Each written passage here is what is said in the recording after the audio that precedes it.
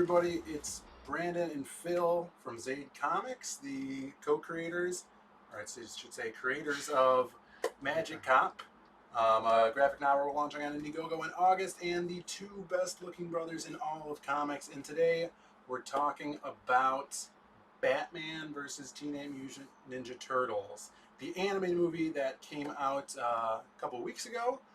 We watched it, and we're going to talk about it today. Came out from a partnership between Nickelodeon and DC Animation, Warner Brothers. And yeah, what do you want to talk about this animated feature? Was it Batman versus the Teenage Mutant Ninja Turtles? Maybe. It might have been Batman animated and the Teenage Mutant Ninja Turtles. I like to call them the Ninja Turtles. Mm-hmm. It rolls off the tongue easier. Or Batman Mutant Ninja Turtles. Batman Mutant Ninja Turtles or Teenage Batman Ninja Turtles. Right. That was a song earlier. Well, there are a lot of crossovers, animals, animorphs in this movie. Humans turning into animals. What I liked, we'll go to the end first. Mm-hmm. This is during the credits. Apparently, there's a comic series, Batman and or the Teenage Mutant Ninja Turtles, right? With what? Oh yeah. Right. So there's a comic book that came out last year, a couple years ago. It was a series. Yeah. Series, yeah. Then in the credits, before the post-credit sequence, they had a lot of like cool like spoof covers of old like classic Batman or Ninja Turtles comic books, including either or the characters, putting the Ninja Turtles in where like Robin would be or whatever. Mm-hmm. I thought that was pretty cool. I thought this was really interesting though, specifically about these comics, that they used the old Ninja Turtle art style where they kind of had like that bulbous nose. Yeah, like the 80s cartoon. Yeah, like, the old cartoon style. But the animation in the show, or the movie rather, didn't. And that brings me to my first problem with the movie, was their heads were weird. Specifically, like Donatello had a human head that was just green. I thought that was really weird. He was like an oval head. It was like a bean. Like that pill guy from Osmosis Jones. Yeah, it was a pill. But then the other guys had like a rounder head. I thought Raphael was cool because he had the real square jaw. I thought the perfect scar over the eye was kind of much because they don't really need that. Like in the old Ninja Turtles, you didn't need that. It was just, here's the red one and the blue one, Right. But I did really enjoy, which is not too often seen, other than Batman Brave and the Bold, was the blue and gray Batman costume. Yeah. I love that one from the 80s. Yeah. Very cool. Probably my favorite Batman outfit, like from my shirt. You guys probably seen the shirt. Really, really enjoyed that. And then they went ahead and used the brand new Batgirl costume. Yeah. So it was like, it's not from in the 80s. Now we're using this new Batgirl costume. And then, that was kind of weird. Like Damian Wayne Robin. Right. Damian Wayne Robin. From the early 2000s. I guess that worked out well because the dynamic between him and Michelangelo worked really well. Because they're both super young. Yeah. They both have like that annoying teenager personality. Yeah, but this wasn't really like a Damian Wayne that's like the hard ass and right douche kid. I felt like his personality was stepping away from Damian, but he's had Damian's mask and he called Batman father. Right. I guess if you didn't call him father, it probably would have been harder to say that it was Damian. Yeah, and he had that stupid lollipop head. Yeah, the Damian Wayne head. But the reasoning for making the turtles' heads different shaped is, of course, for characterization, so you know who's who. But even though it's the colors, the original Ninja Turtles comic, they didn't have different. It was black and white, but when it was colored, they didn't have different colored masks. They were all red. Right. So I think that came from the original cartoon to differentiate. I think colors, personalities, and the colors are pretty obvious. Yeah. The other problem I had with it was Michelangelo was a little too Nickelodeon-esque for me.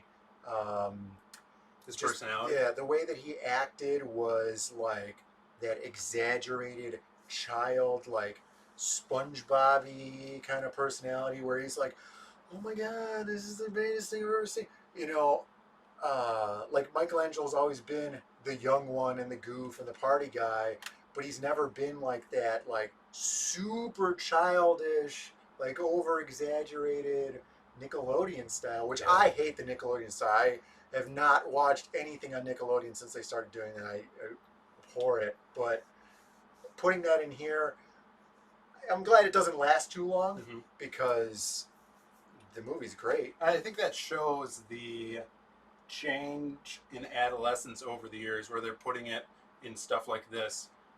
One thing I did love about the movie was the animation style. Yeah, it was awesome. Going back to more of the American style of animation than what Warner Brothers Animation has been doing for the past few years. They still are putting out great DC, features, animated features, but they had been creeping towards more of the Japanese style, the eye shapes, making bigger eyes, and the animation's kind of, it seems like, of course it's going to be outsourced, right? Because it's an animated film or cartoon, but you could tell that it's outsourced and seemingly like they're crawling towards that anime style. Even with like the dialogue and stuff, you were like from the other iterations of these movies, the dialogue was very like quick and constant.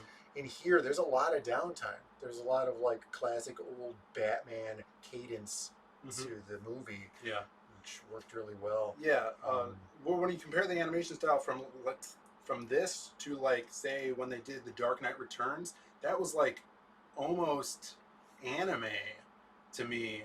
But this, going back to the American animation style, is visually great. It reminds you of a comic book, and the fight sequences were kick ass.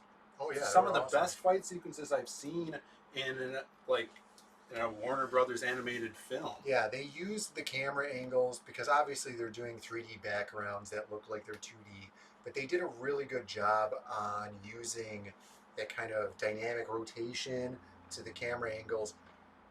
They didn't overuse it. No. They used it just enough for like panning and kind of sweeping and making like fights happen in 3 dimensions instead of just kind of a profile of a fight and stuff. One specific thing I want to point out to that lends exactly to that, when Shredder is fighting Batman for the first time, and Batman takes Shredder's head and slams it into the console, and the camera, if it was a real camera, would turn with the head. It's something you'd see in like John Wick. Yeah, it was so good. Or a big action movie. And we've watched it twice, and both times it was such an amazing accomplishment that they did with that Batman versus the Shredder fight. Yeah. And then the way that they kind of left each other at the end of that fight was really cool because it was like, is Shredder capable of beating Batman? We don't have to worry about that right now. They did that really, really well. Let's see. Here's a problem that I have with a lot of these movies, especially with them coming out so infrequently. When you do a series, you can have it so that Batman's fighting Clayface, and then the next week Batman's fighting, the Penguin or whatever, right?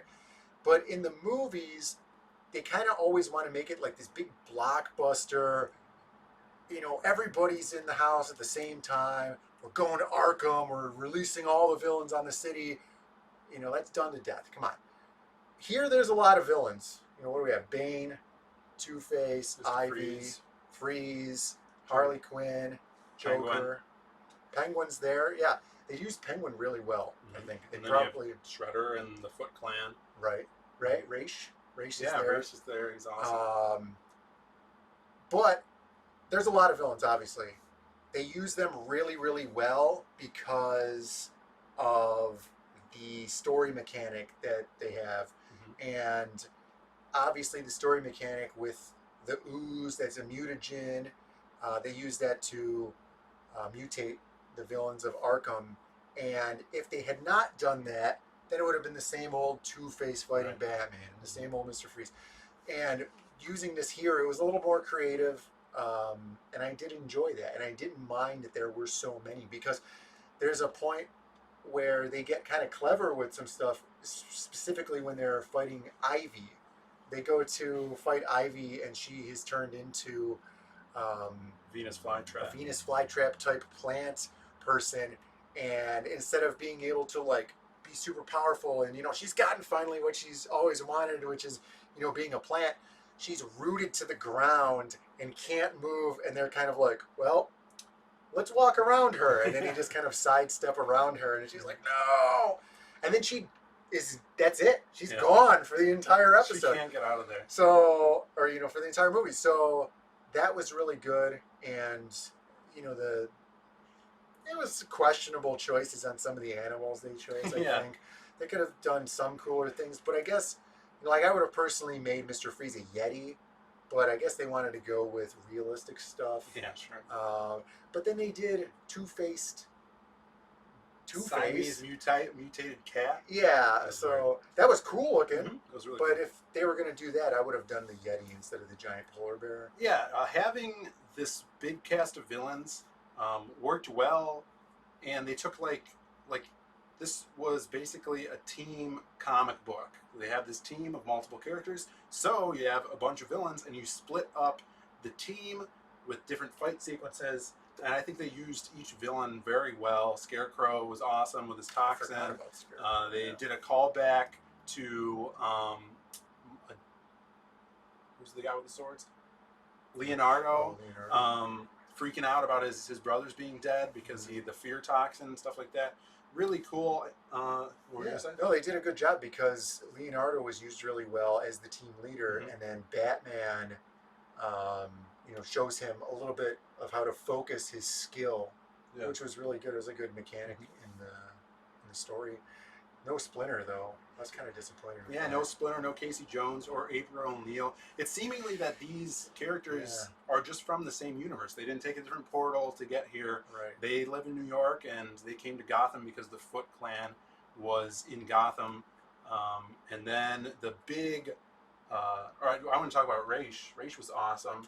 Yeah, Raish was used really your point about how some characters in this film calling him Raish and some calling him Raz. Yeah, cool. And they're gay. With that, just a quick thing, Robin calls him Raish, and then also calls him Raz later, and then calls him Raish again. Yeah, so I didn't know if it was he's Raish when it's Raish, and then when it's Raz Al Ghul, it's Raz Al Ghul. But when it's short, it's Raish. Yeah. I don't know, but that seemed like it was a trend.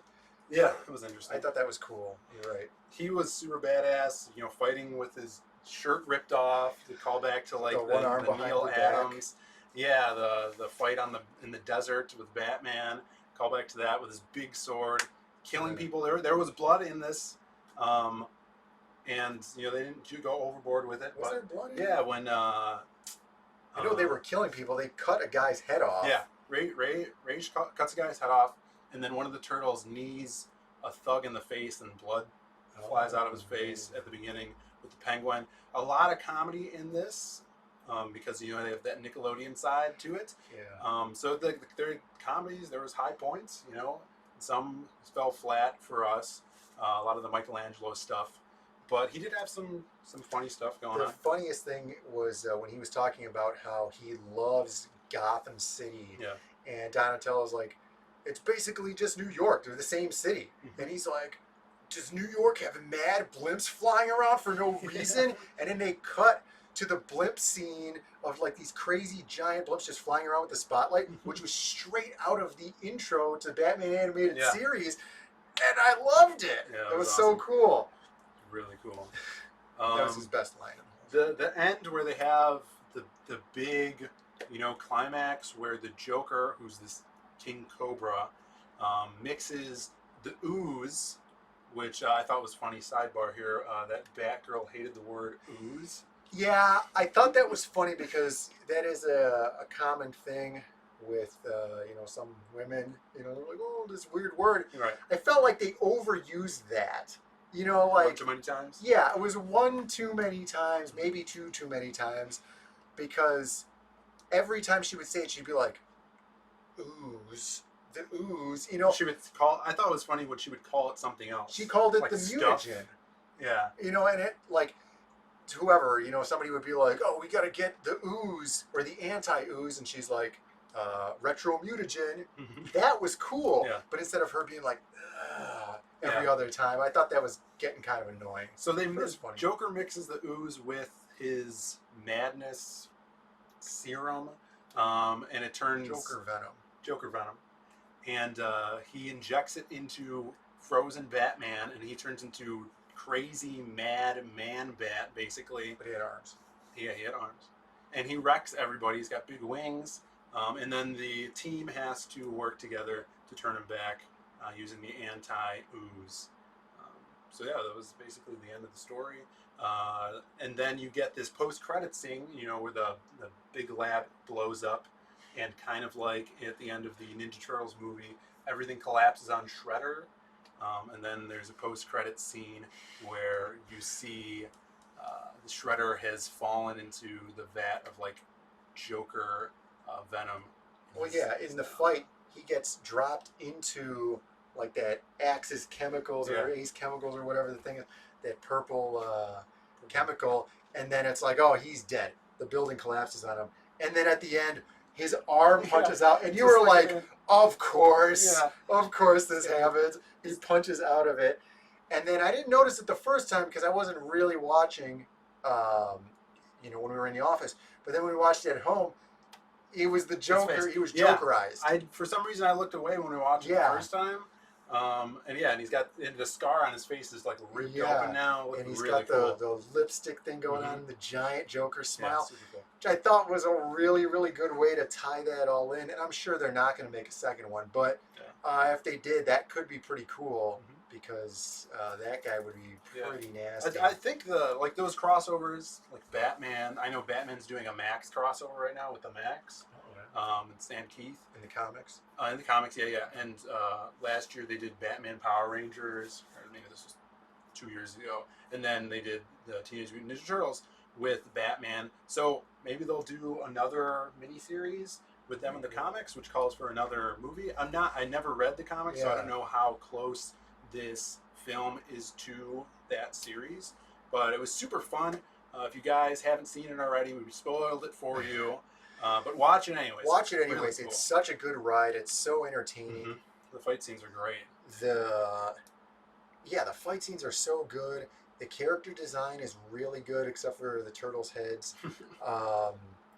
The Penguin's probably one of the best Penguins I've ever seen. The voice acting is just great. Awesome. Who's the guy that's doing Batman's voice?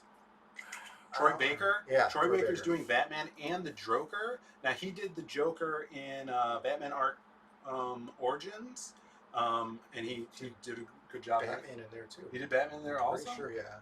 I think I looked up the IMDb. Yeah, well, he sounds like Kevin Conroy, but a little bit not. Like it's his own thing, and he knocks it out of the park. It's awesome.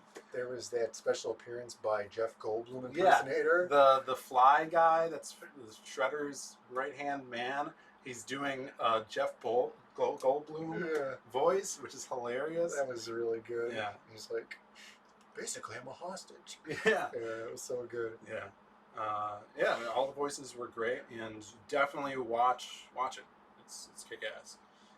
So leave us comments. Let us know what you thought of the film, or if you're going to watch it, or if you've read the book. I'd love to know what's going on with the book. And give us a like, subscribe if you're not, if you haven't already. We put out videos every weekday, and anything else you want to talk about? Plug? Go to zaidcomics.com. Check out our mailing list to read our comic Magic Cop, and we'll be putting that on Indiegogo in August. We're working really hard on that. And we got these Magic Cop shirts. Magic Cop shirts. Can't really read the magic on here, but go to zaidcomics.com, and we'll see you guys next time.